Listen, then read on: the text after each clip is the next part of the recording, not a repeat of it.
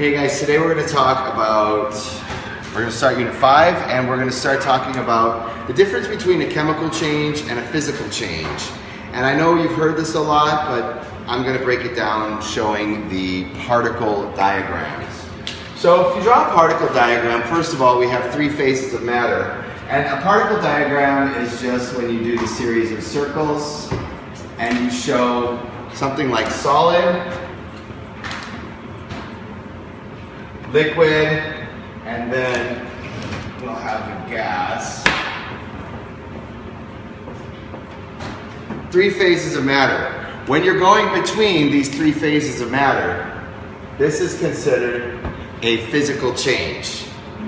Melting, boiling, freezing, subliming, which you don't know what that word is, but you'll learn this in the future. But anytime that you're changing just the arrangement of the atoms, that is a physical change. A physical change, also when you're looking at another particle diagram, if you had something like this, if you're just reorganizing them, this is a physical change because I am lining them up in a different pattern.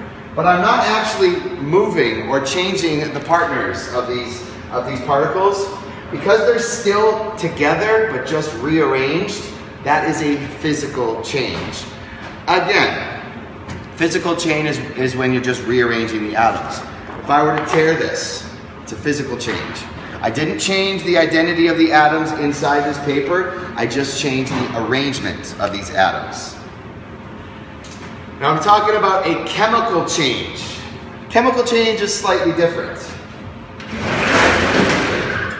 So this example right here is a physical change. If I wanted it to be a chemical change, what I have to do is I have to rearrange how these particles are bonded. So right now they're single, they're elements. In fact, they're individual atoms. They're two different elements, but individual atoms of different elements. They're not diatomic. They're none of the Hofwinkels. But if I were to reposition them like this, this is now a chemical change. And by the way, it doesn't matter if you have white, black, or black, white. It's still the same thing because remember, you can just turn it around 360 degrees. Okay?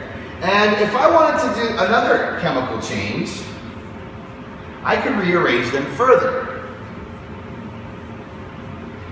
From here or from here, this is an example of a chemical change. If I had a black one and two white ones, with a couple of black ones left over, even though these black ones didn't bond with anything in this example from here to here, this is still a chemical change because it's not exactly the same. It doesn't matter the arrangement, remember this, it doesn't matter the arrangement, it only matters how they're paired together. So if the pairings change, it is a chemical change. Now one last thing, if you have a compound can be decomposed using a chemical change or by a chemical change. Something like ammonia can be decomposed through a chemical change. Okay? Now, just to review again,